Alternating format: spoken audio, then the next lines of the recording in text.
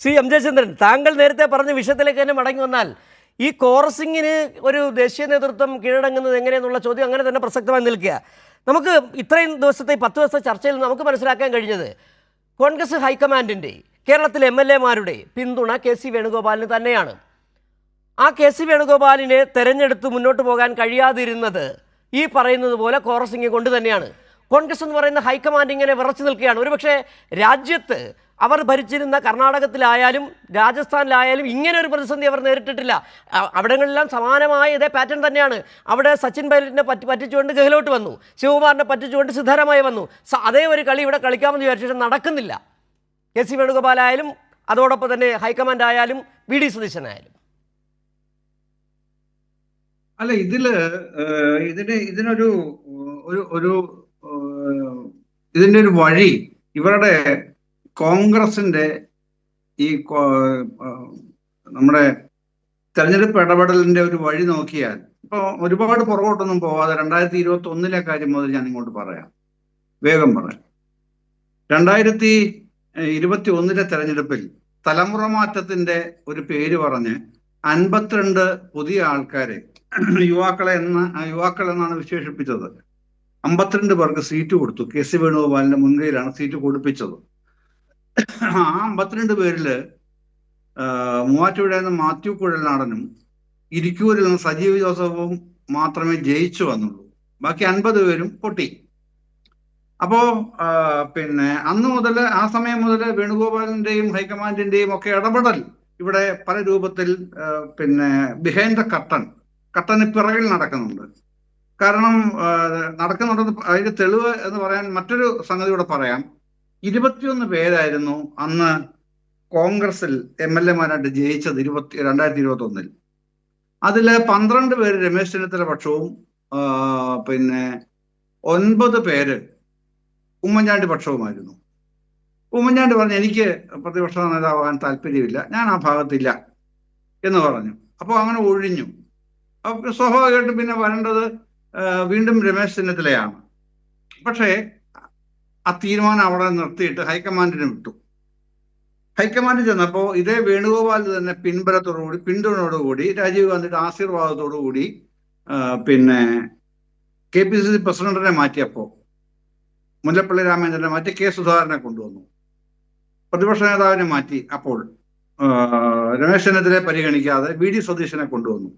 അതും ഇതേ വേണുഗോപാൽ തന്നെയാണ് കൊണ്ടുവന്നത്. അപ്പോഴൊക്കെ വേണുഗോപാലിന് വലിയ ആവശ്യമായിരുന്നു ഇവിടെ. VD സതീശനും സംഘാംഗങ്ങൾക്കും വളരെ ആവശ്യമായിരുന്നു. അത് കഴിഞ്ഞ് ഞാൻ പറഞ്ഞ 52 പേരുടെ കാര്യമൊക്കെ നിൽക്കുന്നുണ്ടല്ലോ. അപ്പൊ കഴിഞ്ഞ 2021 ഇലക്ഷനിൽ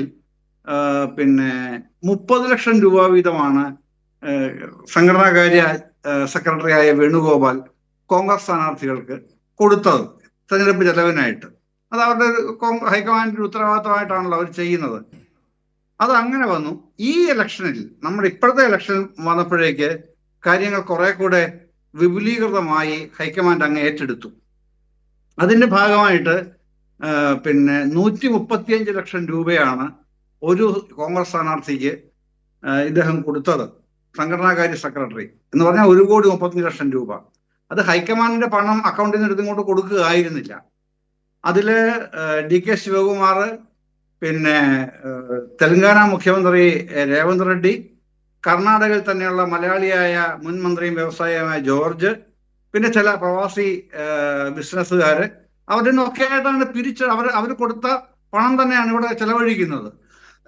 അത്രയും ഓർഗനൈസ്ഡ് ആയിട്ട് കാര്യങ്ങൾ ചെയ്ത ഒരു നേതൃത്വത്തിന്റെ ഭാഗം എന്നുള്ള നിലയ്ക്ക് തന്നെയാണ് ഈ ഇലക്ഷനിൽ വേണുഗോപാൽ ഇടപെട്ടത്. അത് മനസ്സിലാക്കണം. അപ്പൊ വേറൊരു മറുഭാഗത്ത് വേറൊന്നും കൂടെ ഉണ്ട്. ഈ ഇലക്ഷനിയറിംഗിൽ VD സതീശൻ എന്താണ് പറഞ്ഞത്? പ്രധാനപ്പെട്ട ചില കാര്യങ്ങൾ. 100+ സീറ്റിൽ UDF ജയിക്കാൻ പോകുന്നു, അത് ഉറപ്പാണ്.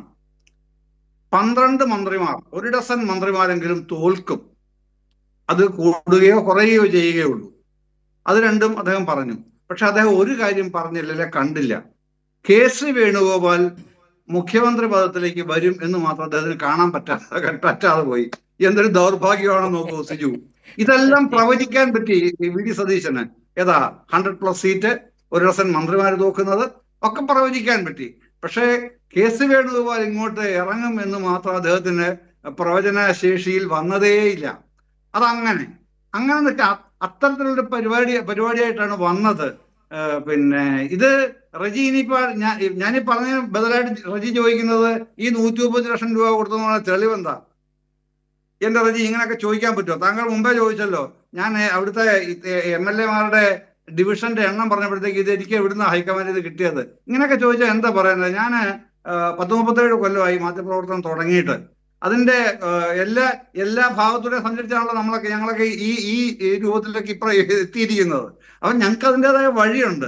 ഒന്ന്. രണ്ടാമത്, ഒരു ഫോട്ടോ ജേർണലിസ്റ്റ് ഫോട്ടോ എടുത്തത് റജിക്കും കിട്ടിയിട്ടുണ്ടാവുമല്ലോ തിരുവനന്തപുരത്ത്.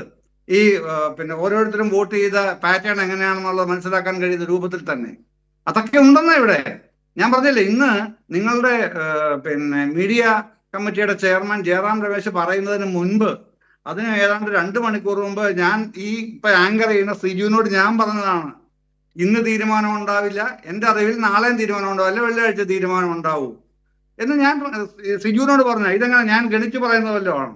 എനിക്ക് കിട്ടിയ വിവരം ഫസ്റ്റ് ഹാൻഡ് ഇൻഫർമേഷൻ ഫ്രം ഡൽഹിയാണ്.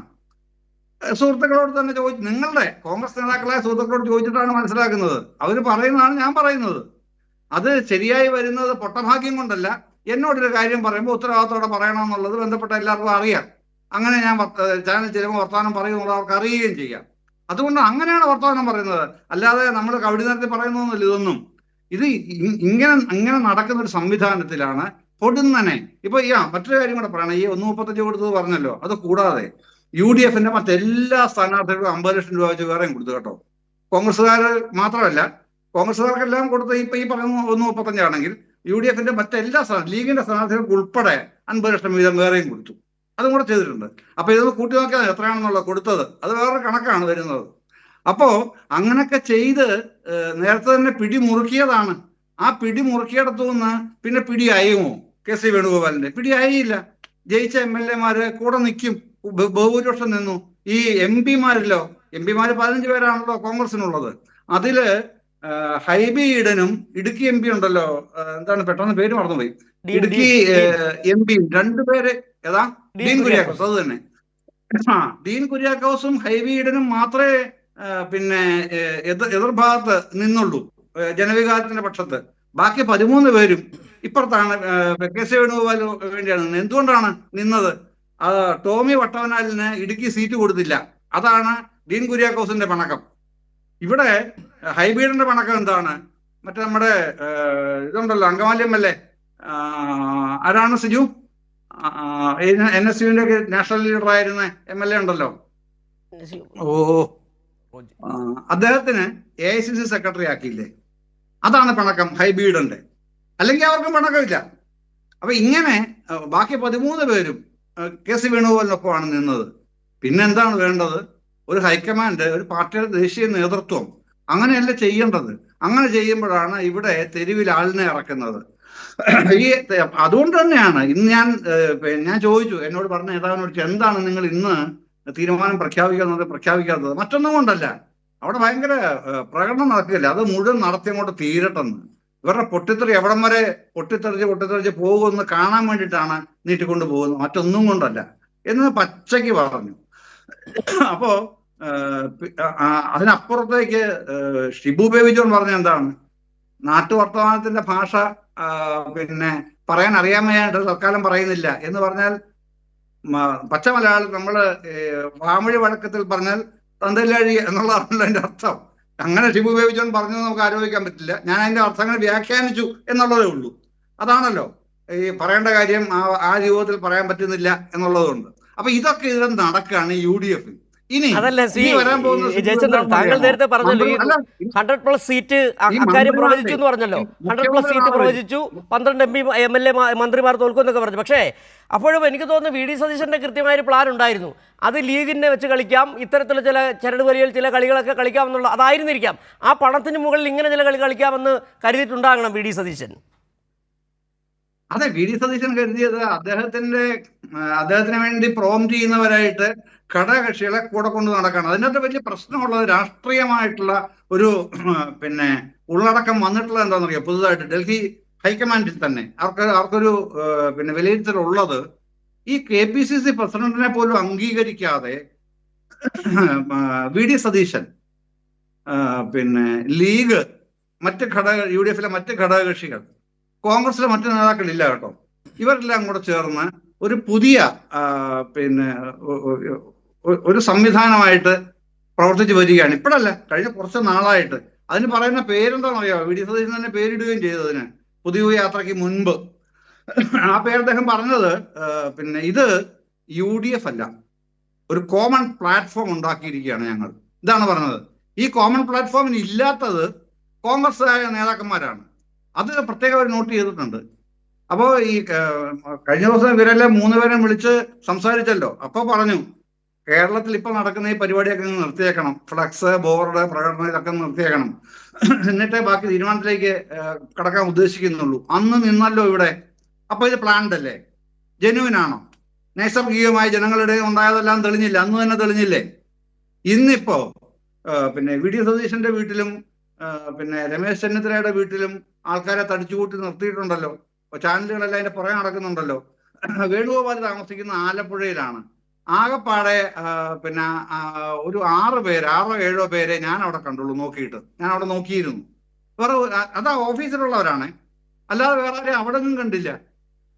അങ്ങനെ പണിയില്ലാത്തതുകൊണ്ടാണ്, അതിന്റെ ആവശ്യമില്ലാത്തതുകൊണ്ടാണ്.